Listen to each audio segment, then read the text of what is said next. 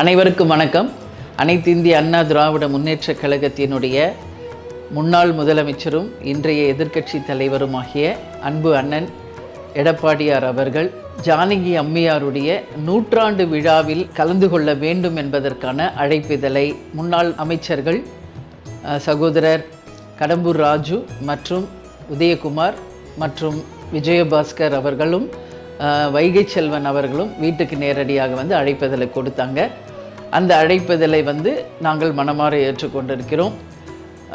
அம்மையார் ஜானகி அம்மையாரை பற்றி நான் சொல்லணும் அப்படின்னா, அவங்க திரையுலகில் இருந்திருக்காங்க, புரட்சி தலைவருடைய அன்பு துணைவியாராக இருந்திருக்காங்க, முன்னாள் முதலமைச்சராக இருந்திருக்காங்க.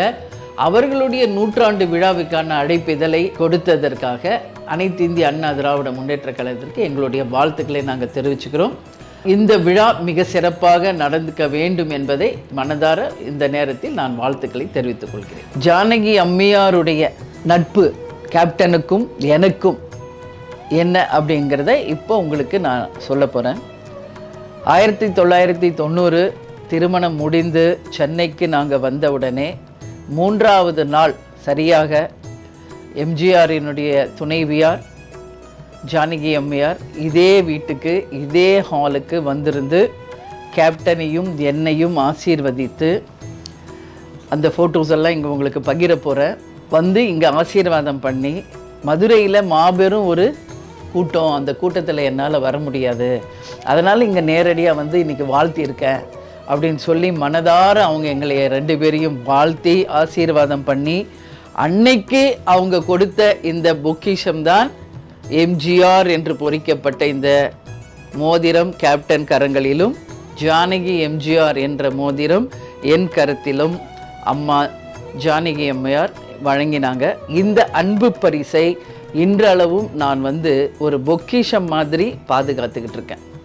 அதுக்கு அடுத்தது நம்ம பார்த்தோம்னா, அவங்களுக்கும் எங்களுக்குமான அந்த நட்பு மிகப்பெரிய அளவில் டெவலப் ஆயிடுச்சு. அடிக்கடி அம்மா இங்கே வருவாங்க, என்னையை ராமாவரம் தோட்டத்துக்கு வர சொல்லி அழைப்பாங்க.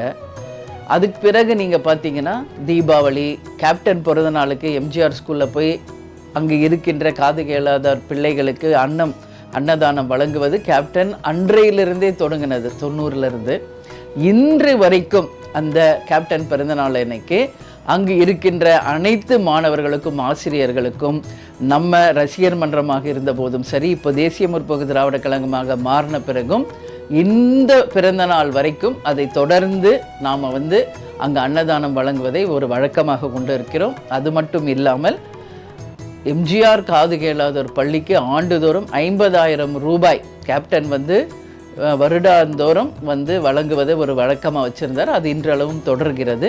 அதுக்கு பிறகு நீங்கள் பார்த்தீங்கன்னா விஜய பிரபாகரும் சண்முக பாண்டியனும் பிறந்த பிறகு ஜானகி அம்மாருக்கும் எனக்குமான நட்பு, கேப்டனுக்குமான நட்பு இன்னும் ஆழமாக அதிகரிச்சிருச்சு. ஏன்னா அவங்களுக்கு குழந்தைகள் மேலே மிகப்பெரிய பற்று. அடிக்கடி இங்கே குழந்தைகளை பார்க்க வந்துடுவாங்க. திடீர்னு அம்மா இன்னைக்கு வந்துக்கிட்டு இருக்காங்க, பசங்களை பார்த்துட்டு உங்களை பார்த்துட்டு போகணுன்னு சொல்கிறாங்க அப்படின்னு சொல்லி அடிக்கடி வருவாங்க. விஜய் பிரபாகர் மேலே அவங்களுக்கு ஒரு மிகப்பெரிய பற்று. எப்பொழுதுமே அவரை தூக்கி கொஞ்சிக்கிட்டே இருப்பாங்க. சின்ன வயசில் இருந்தே அந்த மாதிரி தான். நீங்கள் இதில் புகைப்படங்களில் அதை நீங்கள் பார்த்தீங்கன்னா தெரியும். தன்னோட மடியில் குழந்தைகளை வச்சு விளையாடிட்டு அவங்களுக்கு சாக்லேட்ஸ் எல்லாம் கொடுத்துட்டு கொஞ்ச நேரம் என்னோடையும் பேசிட்டு போகிறதுல அவங்களுக்கு ஒரு மிகப்பெரிய ஒரு சந்தோஷம். அதே மாதிரி திடீர்னு ஃபோன் பண்ணுவாங்க, உன்னை பார்க்கணும் மாதிரி இருக்கு, நீ வாமா ராமாவரம் தோட்டத்துக்குன்னுவாங்க, குழந்தைகளை கூப்பிட்டு வா அப்படின்வாங்க. நான் 2 குழந்தைங்களையும் கூப்பிட்டு போவேன். கேப்டன் ஷூட்டிங் போயிருப்பார். அந்த மாதிரி அம்மாவுக்கும் எங்களுக்குமான அந்த நட்பு மிகப்பெரிய ஒரு ஆழமான ஒரு நட்பாக இருந்தது. அமெரிக்காவுக்கு போனாங்கன்னா அங்கே போய் கூட எங்களை நினச்சி வாட்ச் வாங்கிட்டு கொடுத்துருக்காங்க. அதே மாதிரி குழந்தைங்களுக்கு சாக்லேட்ஸ் வாங்கிக்கிட்டு கொடுப்பாங்க. நான் கூட அம்மாட்ட சொன்னேன், அம்மா நீங்களே அமெரிக்கா போயிருக்கீங்க, அங்கே போய் கூட எங்களை எப்படிம்மா நீங்கள் ஞாபகப்படுத்தி யோசிக்கிறீங்கன்னு நான் கேட்டேன். இல்லை, அங்கே போய் அந்த வாட்செல்லாம் பார்க்கும்போது இந்த வாட்ச் உனக்கு நல்லா இருக்கும் அப்படின்னு நான் யோசித்து உனக்காக வாங்கிட்டு வந்தேன், இன்னும் நான் வச்சுருக்கேன் அப்படின்னு அவங்க சொன்ன அந்த அன்பு தான் எனக்கு அதில் வெளிப்பட்டது. அதுக்கு பிறகு நம்ம பார்த்தோம்னா ஒவ்வொரு முறையும் கேப்டன் பிறந்த நாள் அன்றைக்கி எம்ஜிஆர் தோட்டத்துக்கு நாங்கள் போவோம். போயிட்டு அங்கே அம்மா கிட்ட ஆசீர்வாதம் வாங்குவோம். கேப்டன் எம்ஜிஆருடைய மிகப்பெரிய ஃபேன் அப்படின்றது உங்களுக்கு தெரியும். அதனால் கேப்டன் அங்கே போயிட்டு அவங்கக்கிட்ட பிளெஸ்ஸிங் வாங்கிட்டு வர்றதை ஒரு வழக்கமாக நாங்கள் வச்சுருந்தோம். அப்புறம் சண்முக பாண்டியன் பிறந்தபோது நேரடியாக வந்து ஆசீர்வாதம் பண்ணிவிட்டு குழந்தைய போனாங்க. அந்த மாதிரி அவங்களுக்கும் எங்களுக்குமான நட்பு மிகப்பெரிய ஒரு நட்பு. அப்போது கேப்டன் ஒரு வாட்டி எம்ஜிஆர் தோட்டத்துக்கு போயிருந்தப்போ நான் வந்து கேப்டன் ரொம்ப வந்து சொல்ல மாட்டார் எம்ஜிஆருக்கும் அவருக்குமான அந்த நட்பு. ஆனால் நான் வந்து சொல்லுவேன் அம்மாட்ட, நான் ஓப்பனாக பேசுவேன், ஜாலியாக பேசுவேன். அப்போ சொன்னேன் அம்மாட்ட, கேப்டன் வந்து தன் வாழ்நாளில் எம்ஜிஆரை தான் அதிகமாக நேசித்த ஒரு நபர் இங்கே இருக்காருன்னா எம்ஜிஆர் தான். தன் குருவாகவே அவரை ஏற்றுக்கிட்டார் கேப்டன். ஒவ்வொரு நாளும் எம்ஜிஆரை அவர் நினைக்காத நாளே இல்லைம்மா அப்படின்னு நான் சொல்லுவேன். அப்படியா அப்படின்னு ரொம்ப வியந்து கேட்பாங்க. அப்போ கேப்டன்ட்டே கேட்டாங்க, ஏன்ப்பா இவ்வளோ நீ அவர் மேலே பாசமாக இருந்திருக்க, ஏன் நீ வந்து பார்த்துருக்கலாமே அப்படின்னு. அப்போ கேப்டன் வந்து பார்க்கணுன்னு நினச்சம்மா சந்தர்ப்பம் அமையல அப்படின்னு சொல்லுவாருங்க. ஆனால் அதற்கு பிறகு கேப்டன் வந்து அந்த அம்மாட்ட கேட்டது ஒரு விஷயம், அவர் ஞாபகமாக, ஏன்னா அவர் இருந்த காலம் என்னால் அவர் வந்து சரியாக பார்த்து பேச முடியல, அவர் ஞாபகமாக ஏதாவது ஒரு பொருளை எனக்கு நீங்கள் கொடுக்கணும் அப்படின்னு கேப்டன் வந்து ஜானகி எம்ஜிஆர் அம்மா கிட்ட கேட்டப்போ அவங்க கொடுத்தது தான் இந்த கோட். இது வந்து எம்ஜிஆர் அவர்கள் அவர் நடித்த திரைப்படத்தில் இந்த கோட்டை வந்து அவர் அணிந்து நடித்த இந்த கோட்டை வந்து எம்ஜிஆர் ஞாபகமாக கேப்டன் கையில் கொடுத்தாங்க. அதே போல் அவர் அணிந்த இந்த டைகளையுமே வந்து ஜானகி அம்மா கேப்டன் கிட்ட கொடுத்து இதை நீ ஞாபகமாக வச்சுக்கோ அப்படின்னு சொன்னாங்க. நான் வந்து அதிமுக தொண்டர்கள் கிட்ட நான் ஒரு விஷயத்தை கேட்டுக்கிறேன், இந்த கோட் புரட்சி தலைவர் எம்ஜிஆர் எந்த திரைப்படத்தில் யூஸ் பண்ணியிருக்காரு அப்படிங்கிறத நீங்கள் எனக்கு தெரியப்படுத்தணும் அப்படின்னு ஒரு அன்பான வேண்டுகோளை நான் இந்த நேரத்தில் வைக்கிறேன். அதுக்கு அடுத்தது கட்சி ஆரம்பிக்க போகிறதுக்கு முன்னாடி ஜானகி அம்மா வந்து நீ வந்து அவருடைய ஞாபகமாக உனக்கு ஏதாவது வேணும்னு கேட்டீல, அப்போது கேப்டன் சொன்னார் அவரோட பிரச்சார வாகனம் எனக்கு நீங்கள் கொடுக்கணும் அப்படின்னு கேட்டார். தாராளமாக நீ எடுத்துக்கோ, இங்கே வந்து நாங்கள் சும்மா தான் அதை வச்சுருக்கோம் அப்படின்னு சொல்லி எம்ஜிஆரினுடைய பிரச்சார வாகனத்தை கேப்டன் அவர்களுக்கு ஜானகி அம்மையார் வந்து பரிசாக கொடுத்தாங்க. அது இன்றளவும் நமது தேசிய முற்போக்கு திராவிட கழகத்தின் தலைமை அலுவலகத்தில் அதையும் நாங்கள் ஒரு பொக்கிஷம் மாதிரி பாதுகாத்துக்கிட்டோம். 2005 கேப்டன் கட்சி ஆரம்பிக்கிறதுக்கு முன்னாடி ராமாவரம் தோட்டத்தில் ஜானகி அம்மையாரை சந்தித்து புரட்சி தலைவர் எம்ஜிஆருடைய ஞாபகமாக அவருடைய பிரச்சார வாகனத்தை எனக்கு தர வேண்டும் என்று கேப்டன் கேட்டார். அதற்கு இணங்க ஜானகி அம்மையார் அன்பு பரிசாக கேப்டனுக்கு கொடுத்த இந்த பிரச்சார வாகனம் இன்றளவும் நமது தலைமை அலுவலகத்தில் பொக்கிஷம் மாதிரி இதை பார்த்துக்கிட்டு இருக்கோம்.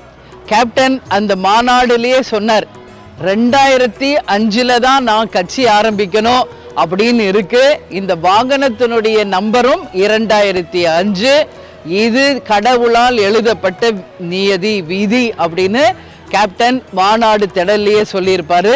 அந்த பெருமைக்குரிய எம்ஜிஆருடைய வாகனம் தான் இது கேப்டன் பிரச்சாரம் செய்கின்ற அவருடைய வாகனம். எனவே இந்த நாளில் இந்த விஷுவல்ஸை உங்களோட நான் ஷேர் பண்ணுறத பெருமையாக நினைக்கிறேன். எனவே இது எம்ஜிஆருடைய வாகனமும் கேப்டனுடைய வாகனமும் இரண்டும் தலைமை அலுவலகத்திலே இன்றளவும் நாங்கள் அவர்கள் இருவரின் நினைவாக இதை வந்து போற்றி பாதுகாத்து கொண்டிருக்கிறோம் என்பதை நான் தெரிவித்துக் கொள்கிறேன். அதற்கு பிறகு எம்ஜிஆருடைய முழு உருவ சிலை கேப்டனுக்கு பரிசாக கிடைத்தது. தேசிய முற்போக்கு திராவிட கழகத்தின் ஆஃபீஸில் நீங்கள் பார்த்தீங்கன்னா எம்ஜிஆர் சிலையை தவிர வேறு யார் சிலையும் இருக்காது. கேப்டன் மறைவுக்கு பிறகு கேப்டன் சிலையை இப்போ தான் நம்ம நிறுவி இருக்கோம். புரட்சி தலைவர் எம்ஜிஆருடைய சிலை தேசிய முற்போக்கு திராவிட கழகத்தின் அலுவலகத்தில் இன்னைக்கு இருக்கு. கேப்டனுக்கும் எம்ஜிஆருக்குமான அந்த பாச பிணைப்பு, எந்த அளவு கேப்டன் வந்து எம்ஜிஆரை தன்னுடைய குருநாதராக ஏற்றுக்கொண்டார் அப்படின்றதற்கான ஒரே இலக்கணம் தேசிய முற்போக்கு திராவிட கழகத்தினுடைய அலுவலகத்திலே புரட்சி தலைவர் எம்ஜிஆருடைய முழு உருவ சிலையும் கேப்டன் அவர்களுடைய முழு உருவ சிலையும் இன்றைக்கு தேமுதிக அலுவலகத்தில் இருக்கிறது என்பதை நான் பெருமையோடு இந்த நேரத்தில் பதிய வைக்கிறேன். ஸோ இது மாதிரி நீங்கள் பார்த்தீங்கன்னா கேப்டனுக்கும் எம்ஜிஆருக்குமான அந்த மிகப்பெரிய ஒரு அன்பு பாலம் மதுரையில் அவர் வந்து படித்த காலத்திலிருந்தே உருவான ஒரு விஷயம். எம்ஜிஆர் பாடல்கள் தான். இப்போ எங்கள் வீட்டில் இருக்கிற யார்கிட்ட அசிஸ்டன்ஸ் கிட்ட கேளுங்க, அவங்களே சொல்லுவாங்க. காரில் ஏறினா தன் பாடல் கூட கேட்க மாட்டார், எம்ஜிஆர் பாட்டு மட்டும்தான் கேட்பார். காரில் ஏறி உட்கார்ந்த உடனே எம்ஜிஆர் சாங்ஸ் தான் எப்பயுமே கேப்டன் கேட்பார். அதே மாதிரி டிவியில் என்னென்னவோ படங்கள், இப்போ கொஞ்சம் உடல் நலிவுற்ற பிறகு அவர் பார்க்கின்ற படங்கள் நீங்கள் பார்த்தீங்கன்னா எம்ஜிஆர் படங்களாக தான் அங்கே இருக்கும், எம்ஜிஆர் பாடல்களாக தான் இருக்கும். முன்னெல்லாம் ஆக்டிவாக பெரிய ஆக்ஷன் ஹீரோவாக இருந்தப்போ நிறைய இங்கிலீஷ் படம் பார்ப்பார், ஆக்ஷன் படங்கள் பார்த்துக்கிட்டு இருந்தார். கொஞ்சம் உடல் நலிவுற்ற பிறகு ஓய்வில் இருந்தபோது அவர் விரும்பி பார்த்த படங்கள் பழைய காலத்தில் எம்ஜிஆர் திரைப்படங்கள், எம்ஜிஆர் பாடல்களை தான் விரும்பி கேட்பார். அப்போது ஒரு நிறைய எங்களுடைய நினைவுகள் இருக்குது. எம்ஜிஆர் பாடங்கள் அவர் பார்க்கும்போது, இதை நான் அம்மா கிட்ட நான் சொன்னேன், அந்த அமைச்சர்கள்லாம் நம்ம வீட்டுக்கு வரும்போது அவருடைய நினைவுகளை நான் அமைச்சர்கள் கிட்ட பகிர்ந்துக்கிட்டேன். அப்போ நான் என்ன சொன்னேன்னா, கேப்டனே ஒரு பெரிய நடிகர் தான், ஆனால் சினிமாவில் எம்ஜிஆர் வால் சண்டை போடுவார், அந்த வால் உடைஞ்சிரும், உடனே கண்ணீர் விட்டு அழுகுவார் கேப்டன். அழுவார். எங்களுக்கே ஆச்சரியம், ஏங்க அழுகிறீங்க? நான் போய் கேட்பேன். எங்கள் கூட இருக்கிற குமார், சோமு, எங்கள் வீட்டில் இருக்கிற அசிஸ்டன்ஸ் அவங்களுக்கு தெரியும்.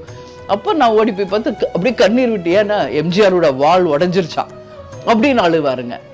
எம்ஜிஆருக்கு ஏதாவது ஒன்றுனா திரைப்படத்தில் பார்த்தால் அது நிஜமாகவே நினச்சி அழுவார். அப்போது அந்த அன்பு எம்ஜிஆர் மேலே அவர் எவ்வளோ வச்சிருந்தார் என்பதை டீப்பாக நம்ம வாட்ச் பண்ணால் அது புரியும். அது அந்த மாதிரி எம்ஜிஆரை பார்த்தாலே உணர்ச்சி வசப்படுவார், எம்ஜிஆரோட திரைப்படங்களை பார்த்தால் சந்தோஷப்படுவார், எம்ஜிஆரை ரசிப்பார், கொண்டாடுவார். அவருடைய உடம்புல அந்த இருக்கின்ற அந்த ரத்தம் ஒவ்வொரு செல்லையும் அவருக்கு எம்ஜிஆர் தான் கடைசி வரைக்கும் இருந்தார். அதனால் அவங்க எம்ஜிஆருக்கும் கேப்டனுக்குமான அந்த உறவு மிகப்பெரிய உறவு. நேரடியாக பேசி பழகலை அப்படின்னாலும் ஆத்மாத்மாக அந்த உறவு நீடித்தது. இப்போ 2 பேருமே விண்ணுலகில் இருக்காங்க. அங்கு தங்களுடைய நட்பை அவங்க 2 பேரும் நிச்சயம் பாராட்டி கொண்டு இருப்பாங்க என்பதில் மாற்று கருத்தே இல்லை. இன்றளவும் கேப்டன் எம்ஜிஆர் ஸ்கூலுக்கும் எம்ஜிஆர் ஸ்கூலில் படிக்கின்ற குழந்தைங்களுக்கும் நாங்கள் அவர் செய்த உதவியை இன்னும் எத்தனை ஆண்டு காலமானாலும் தொடர்வோம்.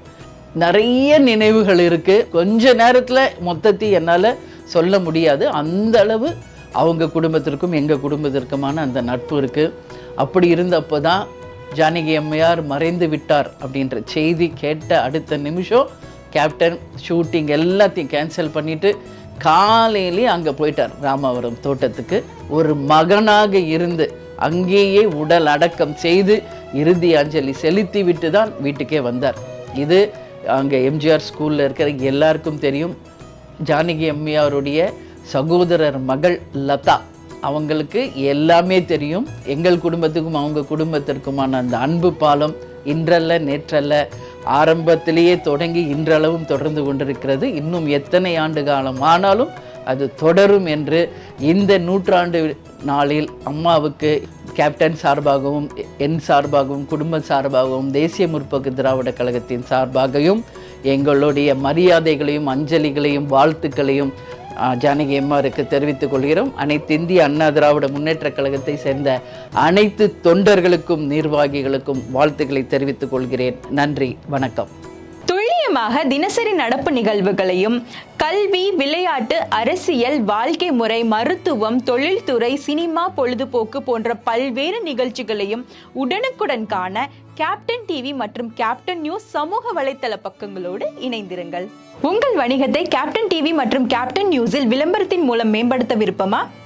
உடனே கீழே கொடுக்கப்படும் எண்ணிற்கு தொடர்பு கொள்ளுங்கள்.